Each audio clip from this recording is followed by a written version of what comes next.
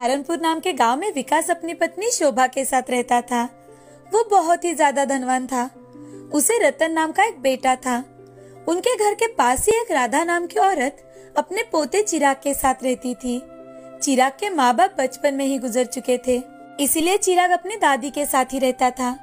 राधा लोगों के घर के काम करती थी। गरीब होने के बावजूद राधा ने चिराग को अच्छे स्कूल में डाला था। चिराग और रतन एक ही स्कूल में पढ़ते थे।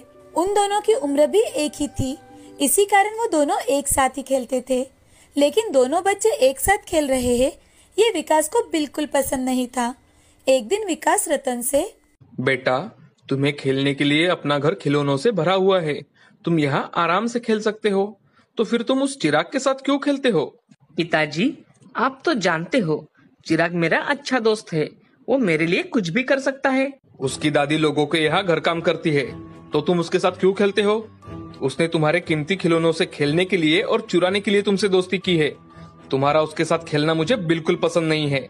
मैंने अगर दोबारा तुम्हें उसके साथ खेलते हुए देखा तो याद रखना, तुम्हारी खैर नहीं। रतन रोते हुए अपनी माँ शोभा के पास चला जाता है।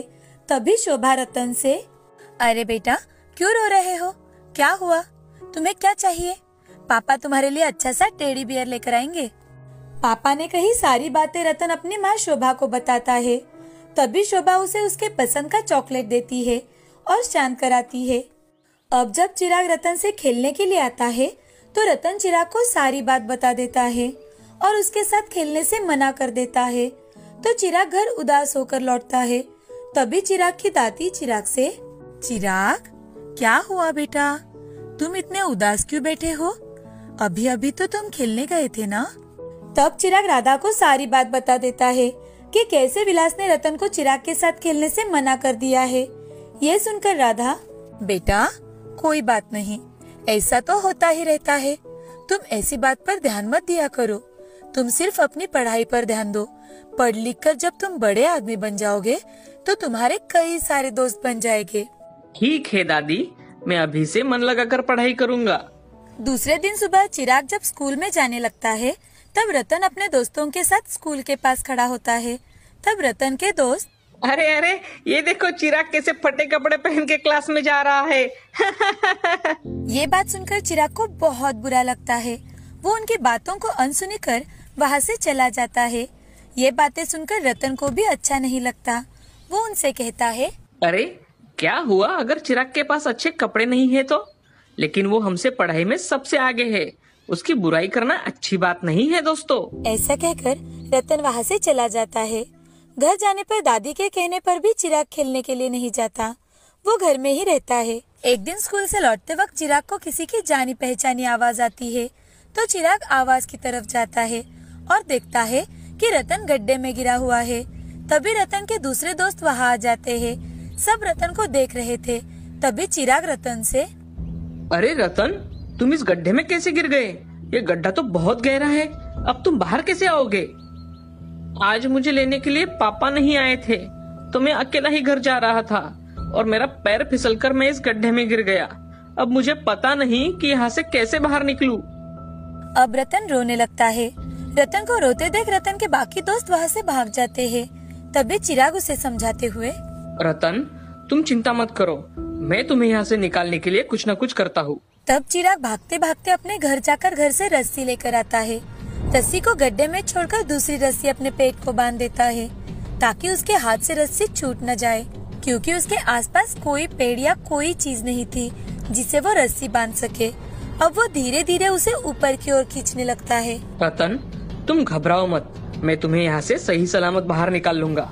तुम बिल्कुल मत घबराना। उसी समय विकास वहाँ से जा रहा था। विकास को पता ही नहीं था कि उसका बेटा रतन ही इस गड्ढे में गिरा हुआ है। वो थोड़ी दूर से देख रहा था कि चिराग किस तरह किसी की जान बचा रहा है। चिराग जान की बाजी लगाकर रतन को बचाता है, बाहर निकालता है। चिराग ने रतन को बड़ी होशियारी से गड्ढे से बाहर निकाला। ऊपर आते ही रतन चिराग के गले लग जाता है और उसे थैंक्स कहने लगता है। रतन को ऊपर आते देख विकास भागते हुए वहाँ आ जाता है और विकास के साथ चिराग को भी अपने गले लगा लेता है। उसे अपनी गलती का एहसास हो जाता है। उसे रतन से कई बातें याद आ जाती है। साथ ही रतन की भी बातें याद आती है कि चिराग मेरे लिए कुछ भी कर सकता है। और विकास चिराग से, मुझे माफ कर देना बेटा। मैंने रतन को तुम्हारे साथ खेलने से मना किया था। मैं बहुत गलत था। आज से तुम हमारे घर हर रोज खेलने आ सकते हो। और हाँ, कभी कभी मेरे साथ भी गप्पे किया करो। ऐसा कहकर वो दोनों को फिर से गले लगा लेता है। अंकल, आप मुझसे माफी मत मांगिए। मैं आपसे बहुत छोटा हूँ। विकास चिराग और रतन को लेकर घर आ जाता है। घर आने के बाद सभी बीती बातें शोभा और राधा को बताता है। अब चिराग और रतन साथ में पढ़ाई करते हैं, साथ में खेलते हैं और स्कूल में भी साथ ही जाते हैं। अब विकास रतन के साथ साथ चिराग के लिए भी कभी कभार कपड़े खरीदने लगा। उसे अपने साथ पार्टीज में भी ले जाने लगा। अब सब अपने अपने घर खुशी खुशी रहते हैं। अब रतन और चिराग दोनों गहरे दोस्त हो जाते हैं। बहुत समय पहले की बात है। मुकेश नाम का एक मोची था। वो अपनी पत्नी लीना और एक बेटी सपना के साथ रहता था। लीना लोगों के घर के बर्तन मांजने का काम करती थी। उनके घर के पास में ही उमा नाम की एक बूढ़ी औरत रहती थी, जिसका इस दुनिया में कोई नहीं था। तो मुकेश और लीना ही उसका ख्याल रखा करते थे। उमा जॉब पर थी तो उसे अब पेंशन थी। उसी में उसका गुजारा अच्छे से हो जाता था। एक दिन मुकेश जल्द ही घर आता है और सो जाता है। लीना घर आकर देखती है तो मुकेश सोया हुआ था। लीना उसे उठाने जाती है तो मुकेश बुखार से तप रहा था। वो उसे सरकारी अस्पताल में लेकर गई, लेकिन उपचार के दौरान ही मुकेश इस दुनिया से चल बसे। अब वो और उसकी बेटी सपना दोनों ही घर में रहने लगे। उमा भी उनके साथ रहने आ गई। लीना और सपना उमा का अच्छे से ख्याल रखते थे। दिन गुजरते गए। सपना अब बड़ी हो चुकी थी। लीना काम पर जाती तो सपना घर के सारे काम करती और साथ ही उमा का ख्याल भी रखा करती थी।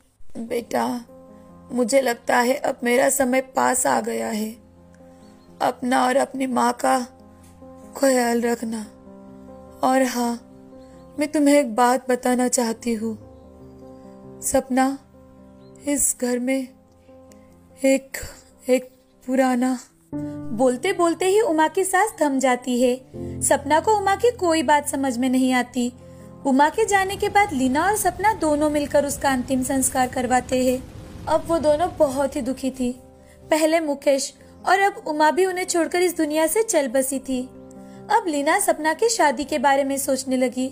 लीना गरीब तो थी, लेकिन उसकी बेटी सुंदर के साथ साथ पढ़ी लिखी भी थी। तो सपना के लिए अच्छे अच्छे रिश्ते आने लगे थे, लेकिन पैसों पर बात आकर फिसल जाती थी। अब लीना मन ही मन, सपना की शादी की उम्र हो चुकी है, उसके लिए अच्छे अच्छे रिश्ते भी आने लगे हैं, लेकिन हम गरीब हैं, तो अमीर लोग हमसे रिश्ता नहीं करना चाहते। क्या करूं, कुछ समझ में नहीं आ रहा। सपना अपनी माँ को सोच में पड़ा देख। माँ, क्या सोच रही है आप? कुछ नहीं बेटा, तुम्हारी शादी की बात सोच सोच कर दिमाग ने तो काम करना ही बंद कर दिया है। अमीर लड़कों के रिश्ते तो आते हैं, लेकिन सारी बातें पैसों पर आकर रुक जाती है। माँ, तो ऐसे मत सोच। मुझे कोई अमीर लड़का नहीं चाहिए। लड़का सिर्फ पढ़ा लिखा हो और मेहनती हो तो भी चलेगा। जिंदगी बहुत बड़ी है माँ, उसमें मेहनत करो तो जिंदगी जीने इतने पैसे तो कमा ही सकते हैं ना माँ। अपने पास इतने पैसे नहीं है कि हम अच्छे से शादी कर पाए। हमारे पास ज्यादा पैसे नहीं है तो क्या हुआ? तुम्हारे पापा की इच्छा थी कि हम दोनों मिलकर तुम्हारी शादी अच्छे से करेंगे। अब तुम्हारे पापा तो नहीं रहे, लेकिन मैं तुम्हारी शादी बहुत अच्छे से करवाऊंगी और जरूर करवाऊंगी। अब दिवाली आने वाली थी तो सपना ने घर की सारी साफ सफाई करना शुरू कर दी। सफाई करते समय उसे अलमारी के ऊपर कोने में उमा का कुछ सामान रखा था, जिसमें एक पुराना बक्सा मिलता है। सपना उस बक्से को निकालकर उसे खोलने लगती है तो उसमें एक छोटी सी संदूक थी। उसे खोलते खोलते सपना मन ही मन, शायद उमा दादी इस संदूक के बारे में तो कुछ नहीं कहना चाहती थी, लेकिन ये संदूक खुल क्यों नहीं रहा? इसमें ऐसा क्या हो सकता है? सपना सोच में पड़ जाती है। वो कुछ सोच ही रही थी, तभी लीना अपने काम खत्म कर घर आ जाती है। वो सपना से, सपना, ये क्या है बेटा? ये संदूक तुम्हें कहाँ से मिला और इसमें क्या है? माँ, ये संदूक मुझे अलमारी के ऊपर साफ सफाई करते वक्त मिला। उमा दादी के सामान के पास था, लेकिन ये खुल ही नहीं रहा। न जाने कैसे खुलता है ये। दोनों सोच ही रहे थे कि अचानक से संदूक अपने आप खुल गई। संदूक के अंदर चमचमाती सोने की साड़ी थी। उस साड़ी को देख सपना और लीना की आंखें चमक उठी। वो चौंक गई। उन्हें कुछ समझ में आए तभी एक आवाज आती है, मैं एक जादुई सोने की साड़ी हूँ। तुम मुझसे जो भी चीज मांगोगी वो तुम्हें मिल जाएगी। उसका उपयोग लोगों की भलाई के लिए करना। लालच में आएंगे तो इसका सारा जादू खत्म हो जाएगा। आपकी जो भी तकलीफ हो मुझे बताइए, मैं उसे दूर कर सकती हूँ। अब सपना और लीना एक दूसरे की ओर देखने लगे। उनका नसीब अब पलट चुका था। वो दोनों ये सुनकर बहुत खुश हो जाती है। सपना जो भी चीज उस सोने की साड़ी से मांगती वो उन्हें तुरंत ही मिल जाती थी। धीरे धीरे लीना और सपना के सारे दुख दूर हो जाते हैं। अब उन्होंने रहने के लिए एक नया अच्छा घर बनाया। सपना के लिए अमीर लोगों के रिश्ते आने लगे थे। जादुई सोने की साड़ी आने के कारण हमारी सारी मुश्किलें आसान हो गई है। अब मेरी मन की इच्छा भी पूरी होगी। मैं सपना के लिए अच्छा सा लड़का देखूंगी। कुछ ही दिनों में अच्छा सा लड़का देखकर लीना ने सपना की शादी करवा दी। प्रथम एक सच्चा, मेहनती और ईमानदार लड़का था। शादी के 2-3 साल बीत जाने के बाद सपना ने प्रथम को सारी बातें बता दी। ये सुनकर प्रथम, अरे सपना, ये तो बहुत अच्छी बात है। हम तो इससे बहुत लोगों की मदद कर सकते हैं। अब भगवान की कृपा से हमारे पास कुछ भी कमी नहीं है। इस जादुई सोने की साड़ी से हमें जो भी मिलेगा हम सब गरीबों में बांट देंगे। इतना ही क्यों ना, हम उसके साथ साथ अनाथ बच्चों के लिए ऐसा आश्रम भी बनवा सकते हैं जहां उन्हें अपने माँ पिता की कोई कमी न हो। प्रथम की बातें सुनकर सपना और लीना की आंखों में आंसू आ गए। हाँ, हमने गरीबी के दिन देखे हैं, तो वक्त की रोटी कमाने के लिए भी बड़ी मेहनत करनी पड़ती है, लेकिन फिर भी कुछ मिलता है, कुछ नहीं मिलता। मेरे पिताजी की जान भी इसी कारण गई है, और अगर हमारे कारण कोई 2 वक्त की रोटी खा सके, इससे अच्छी बात क्या हो सकती है। उसके बाद से सपना जो कुछ भी जादुई साड़ी से मांगती वो सब कुछ जरूरतमंद में दे दिया करते थे। लीना, सपना, सपना के सास ससुर और प्रथम हंसी खुशी एक ही घर में एक ही साथ रहने लगे। सपना के सारे सपने पूरे हो चुके थे। उन्होंने अनाथ बच्चों के लिए एक आश्रम बनवाया और उसमें उनके खाने से लेकर पढ़ाई तक की सारी जिम्मेदारियां प्रथम और सपना ने अपने ऊपर उठा ली। इस कहानी से हमें ये सीख मिलती है कि अचानक से सब कुछ मिल जाने के बाद भी हमें हमारे गुजरे दिन याद रखने चाहिए, क्योंकि इंसान के पास जब पैसा आता है तो वो पूरी तरह से घमंड से भर जाता है। अगर हम परिस्थिति की जागरूकता रखें तो हम बहुत ही खुश रह सकते हैं।